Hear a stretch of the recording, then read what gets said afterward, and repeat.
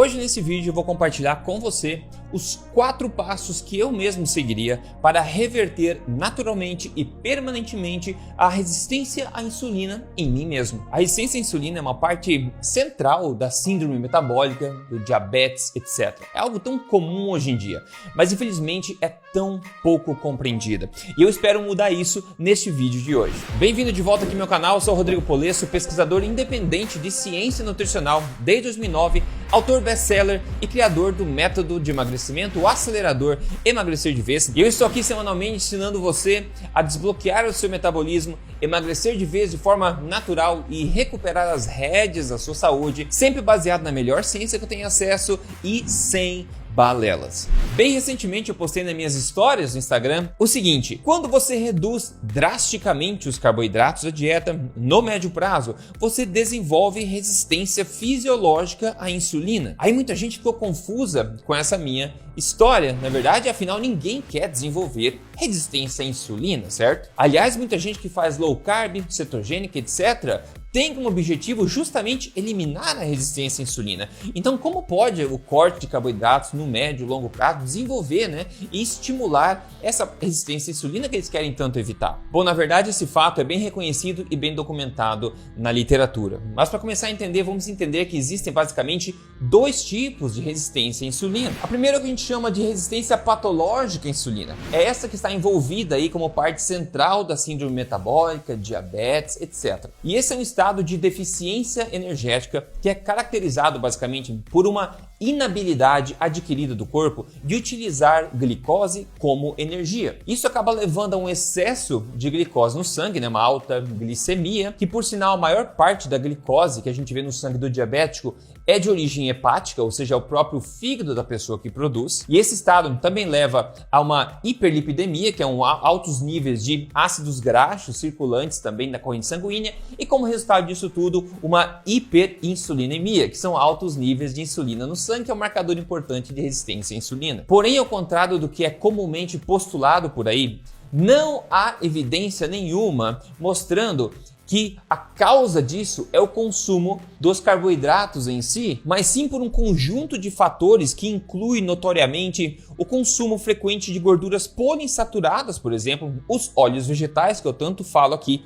uma dieta pobre em nutrientes de baixa qualidade, alto estresse e uma cascata inflamatória que decorre disso tudo. Veja, as gorduras no geral bloqueiam a ação da insulina direto no receptor. Porém, as gorduras poliinsaturadas têm um efeito ainda maior nesse bloqueio. E ainda por causa da sua alta peroxidabilidade, a sua alta facilidade de ser oxidada, essas gorduras poliinsaturadas promovem estresse oxidativo, inflamação, além de um consequente aumento dos hormônios do estresse, como o cortisol, que por si só bloqueia também a ação da insulina e ainda suprime a função da tireoide, por exemplo. A boa notícia é que essa situação toda pode ser revertida com uma relativa facilidade. Isso pode acontecer com um reajuste completo e qualitativo da dieta, mudando o que você come. Pode ser resolvida até com o corte severo de carboidratos e também com o corte severo de gorduras. Mas eu já falo mais sobre isso já já. O segundo tipo de resistência à insulina é o que eu mencionei na minha história, que é a resistência fisiológica à insulina. Essa é uma resposta natural e fisiológica do corpo que visa basicamente racionar o uso da glicose, de forma que o seu uso possa ser priorizado pelos órgãos e tecidos que mais precisam dela no evento de existir pouca disponibilidade dela no sangue. Por exemplo, se você começar a comer muito pouco carboidrato, o corpo vai precisar responder dessa forma, de forma a racionar o uso desse substrato que agora é mais escasso no seu corpo. Veja, como a gente já sabe, glicose em si é sumariamente crucial para o funcionamento do nosso corpo e ela é necessária 100% do tempo, 24 horas por dia, 7 dias por semana, 365 dias por ano. Uma baixa, uma falta de glicose no seu sangue leva, como a gente sabe, a coisas como coma. E é por isso que o corpo precisa constantemente controlar de perto os níveis de glicose no sangue. É interessante porque muita gente diz que glicose não é essencial ao corpo, então não é preciso comer carboidrato que o corpo consegue criar glicose ele mesmo. Mas isso é que é meio uma forma oposta de se ver O que acontece na realidade? Glicose, a gente pode dizer, é tão, mas tão essencial e tão vital ao próprio corpo que ele não quer deixar a ingestão de glicose a nosso mercê. Ele não quer depender de nós consumirmos carboidratos para que ele tenha glicose. Então o corpo desenvolveu sistemas endógenos, né, ele mesmo, de produção de glicose, no caso que haja falta exógena de glicose, ou seja, no caso da gente não consumir glicose, não ter acesso a glicose, carboidratos por aí, o corpo tem os seus próprios mecanismos, né, de criação de glicose de forma endógena, dentro dele mesmo. Mas claro, tudo na vida tem um custo e esse tem um custo alto também. Quando você corta os carboidratos drasticamente, os seus níveis de glicose caem e o seu corpo torna os seus músculos e outros tecidos fisiologicamente resistentes à insulina, de forma a direcionar a pouca glicose que ainda existe para os órgãos mais importantes, como o cérebro e também os glóbulos vermelhos, etc. Na falta de glicose exógena do seu consumo de carboidratos, por exemplo, o corpo consegue fabricar ele mesmo essa glicose suficiente para continuar mantendo o corpo rodando através de um processo chamado de gliconeogênese. Porém, esse processo do corpo depende dos hormônios do estresse para acontecer. Hormônios que você deve ter ouvido falar, como o cortisol, né? A adrenalina e o glucagon. Ou seja, o seu corpo irá literalmente catabolizar aminoácidos e também partes de gorduras no corpo para gerar essa glicose de onde ela não existe. E esse estado agora de resistência fisiológica à insulina, né, estimulado pela falta do seu consumo de glicose, acaba sendo um grande sinal, né, um grande sinal de inanição e escassez para o corpo. E o corpo vai ouvir isso e começar os seus processos adaptativos a essa situação. E resultado disso são muitos os sintomas que geralmente são relatados por pessoas que seguem dietas com um corte drástico de carboidratos por mais tempo do que deveria, principalmente mulheres. Eu estou falando de sintomas como, por exemplo, a diminuição do metabolismo através da redução da função tireoidiana, a diminuição da temperatura basal do corpo, na verdade, e até dos batimentos cardíacos. A pessoa sente mais frio, muito mais facilmente, porque o metabolismo está desacelerando. Por quê? Para conseguir aumentar sua chance de sobreviver num ambiente de escassez, onde falta glicose, por exemplo, né? Onde você está queimando a gordura corporal, tentando fabricar glicose de onde não existe. E esses são sinais, como eu falei, de escassez, e o corpo interpreta eles, né, engatilhando os processos adaptativos aí que acabam gerando esses sintomas, como também a pele seca, na verdade, queda de cabelo, piora no sono, piora no humor, mais ansiedade e irritabilidade, a menorreia do caso das mulheres, que é bastante sério, né? A falta da menstruação, perda de massa muscular, uma menor tolerância aos carboidratos e uma maior propensão ao ganho de peso quando você volta a comer de forma normal. Eu vi alguns desses efeitos colaterais em mim mesmo depois de anos fazendo dietas de baixo carboidrato. Por exemplo, eu vi em mim mesmo o reflexo dessa resistência fisiológica à insulina ao colocar um medidor contínuo de glicose no meu braço e segurar ele lá por algumas semanas. Eu comecei a ver que a minha glicemia, né, minha glicose em jejum estava alta, à medida que eu segui em frente comendo pouco carboidrato, por exemplo. Isso é uma coisa que é muito pouco falada por aí pelo pessoal que promove low carb, cetogênica, corte drástico de carboidratos no longo prazo, né? E eu vi essa minha glicemia e também a minha hemoglobina glicada, ambas caindo quando eu comecei a consumir corretamente, né, mais carboidratos bons na minha dieta. E essa indução à resistência fisiológica à insulina pelo corte de carboidratos, ela é bem documentada, mas frequentemente ignorada. Por exemplo, esse estudo de 2018 fala claramente que a resistência à insulina hepática, ou seja, no fígado e também nos músculos, ela é induzida em vários contextos, incluindo elevados níveis de oxidação de ácidos graxos, ou seja, quando falta carboidrato, o seu corpo começa a oxidar gordura com prioridade. Uma nota que vale adicionar aqui, para você emagrecer e queimar gordura corporal, você não precisa reduzir os carboidratos drasticamente. Mesmo se você consumir bastante carboidrato no seu dia a dia, o seu corpo sempre irá estar queimando gordura. Porque vários tecidos do corpo, como os seus próprios músculos, quando estão em repouso, eles preferem queimar gordura independente da quantidade de carboidratos disponíveis, ok? Então, para ficar as coisas um pouco mais claras, para emagrecer você não precisa cortar carboidratos, ok? Interessante que quando o corpo começa a oxidar ácidos graxos, gordura, muito mais que carboidratos, aí ele começa a sinalizar essa questão da resistência fisiológica à insulina, que pode ser um problema como a gente está vendo. Esse outro estudo aqui, de 2014, disse que a lipólise, ou seja, a quebra de gordura, né, para queima como energia no corpo, quando essa lipólise é aumentada, isso irá resultar em um aumento de ácidos graxos circulantes, que por sua vez pode induzir a resistência à insulina, como eu acabei de falar. Agora, uma coisa que pode chocar muita gente, que muita gente não tem a menor ideia, é que o maior consumo de carboidratos pode aumentar a tua sensibilidade à insulina.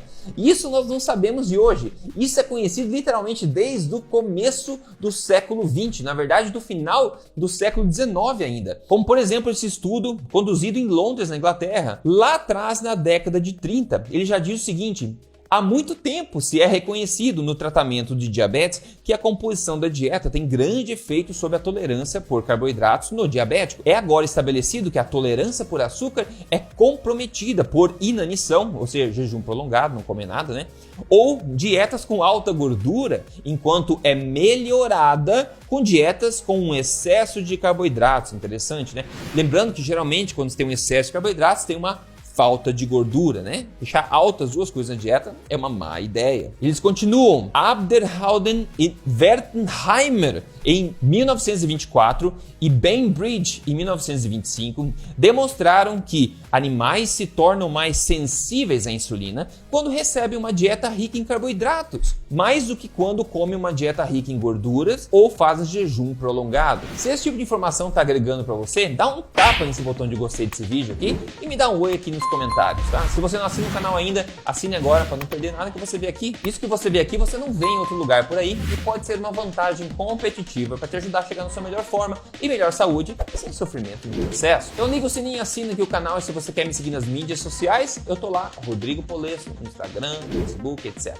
Esse outro estudo ainda de 1988 testou um grupo de idosos e um grupo de jovens, colocando-os em uma dieta de altíssimo carboidratos por alguns dias, 85% da dieta vindo de carboidratos, imagina. Eles viram que em ambos os casos houve um aumento da sensibilidade à insulina com isso, e também um aumento da resposta das células beta no pâncreas à glicose. E aí, quando eles colocaram o grupo de jovens uma dieta de mais baixo carboidratos, eles viram o oposto, viram uma piora da sensibilidade à insulina. Existe uma boa literatura apontando para isso, e na verdade a gente vê que um aumento no consumo de carboidratos e não uma diminuição pode aumentar, né, a tolerância a esses carboidratos e não a resistência a eles, né? Agora, muita atenção, adicionar carboidratos simplesmente em cima de uma dieta problemática e ruim só vai piorar tudo.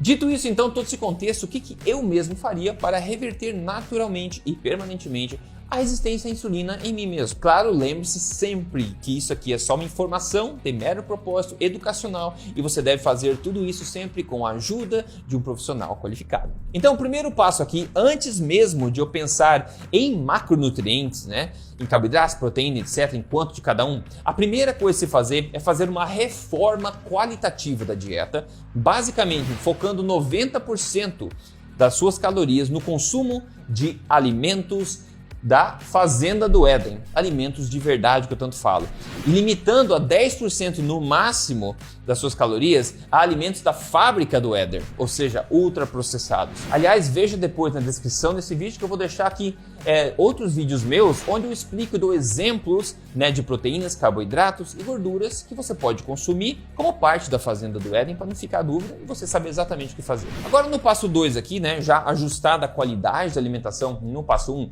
nós precisamos lembrar que o alto consumo de gordura ou a alta oxidação de ácidos graxos no nosso sangue por si só bloqueia a metabolização da glicose, certo? E também bloqueia a insulina. Então, o que eu faria aqui basicamente é consumir aproximadamente 20% das minhas calorias de gorduras boas na minha dieta, ok?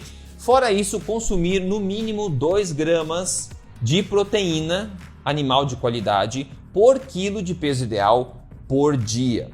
E por final, preencher o resto das calorias com bons carboidratos até a saciedade. No passo 3, eu faria um jejum intermitente simples, pulando o café da manhã, por exemplo, umas 3 vezes por semana. Isso temporariamente, ok? Que pode ajudar nesse processo inicial. E no passo 4, eu seguiria esse processo por 30 dias mais ou menos, acompanhando a evolução do corpo, e faria novos exames de sangue depois desse período. Eu tenho certeza que você pode se surpreender com os resultados que você pode ver lá. Vale lembrar também que é possível você reverter, pelo menos temporariamente, essa resistência patológica à insulina ao você cortar drasticamente os carboidratos com dietas low carb bem feitas ou cetogênicas também. Ambas estratégias funcionam neste contexto, porém lembre-se que no longo prazo essa estratégia de corte drástico de carboidratos irá induzir essa resistência fisiológica à insulina, que irá poder causar todos os efeitos colaterais que eu falei para você antes. E é por isso que eu enfatizei aqui a questão de reverter naturalmente e permanentemente a questão da resistência à insulina com esses 4 passos, né? E não resolver tudo somente paliativamente. De novo, para saber quais proteínas, carboidratos e gorduras comer, veja o link da descrição que eu aponto para outro vídeo meu que você pode pegar isso fácil. Em poucas palavras aqui, resistência patológica à insulina geralmente é causada por uma dieta e hábitos tóxicos combinados com uma ingestão frequente de gorduras poliinsaturadas e altos níveis de estresse oxidativo. Já a resistência fisiológica à insulina pode ser causada pela alta ingestão de gorduras e corte severo de carboidratos no médio e longo prazo, e isso é bem reconhecido e bem documentado. Isso pode causar uma série de efeitos colaterais e também uma grande propensão, facilidade ao ganho de peso quando você retomar uma alimentação normal que inclua carboidratos, por exemplo. E de novo, o corte de carboidratos, quando feito corretamente, ele pode melhorar os marcadores metabólicos no curto prazo, pode também levar ao emagrecimento. Porém, eu acredito piamente que há estratégias muito melhores para se conseguir não só esses mesmos resultados, mas mais resultados, de forma a não impactar negativamente o seu metabolismo. Há vários anos atrás, o meu método de emagrecimento, inclusive, era focado mais nessa restrição mais drástica de carboidratos no começo, né? Mas o meu novo método agora, recém-lançado, já atualizou isso e já traz essa nova metodologia mais poderosa. É possível perder peso efetivamente e recuperar a sua saúde, não só revertendo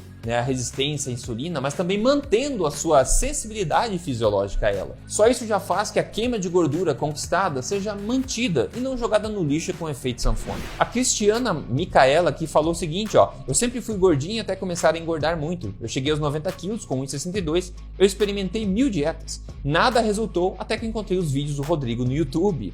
Empenhei-me a seguir todas as dicas que eu ia acompanhando. Tudo isso resultou em incríveis menos 18 quilos. Faz 6 meses que me dediquei à alimentação forte. Parabéns para você, Cristiana. Que resultado incrível que motiva muita gente aqui, eu tenho certeza. Pessoal, se você quer testar em você mesmo um método metabólico de emagrecimento, sem risco algum, e ver o que ele pode fazer para você em termos de emagrecimento, eu sugiro você entrar, se tornar um acelerador ou uma aceleradora, se juntando ao meu programa de emagrecimento, o Acelerador Emagrecer de Vez. Para fazer isso é só acessar facilmente aí aceleradoremagrecer.com.br e lá dentro você vai ter acesso a lista de alimentos, exemplos de cardápios, receitas originais, todas as dicas que você possivelmente pode precisar aí para ter sucesso na sua empreitada de emagrecimento. Para você testar em você mesmo, sem risco algum, entra aí agora em aceleradoremagrecer.com.br. Qualquer coisa, me deixe um comentário que a gente continua essa conversa. Forte abraço e até a próxima.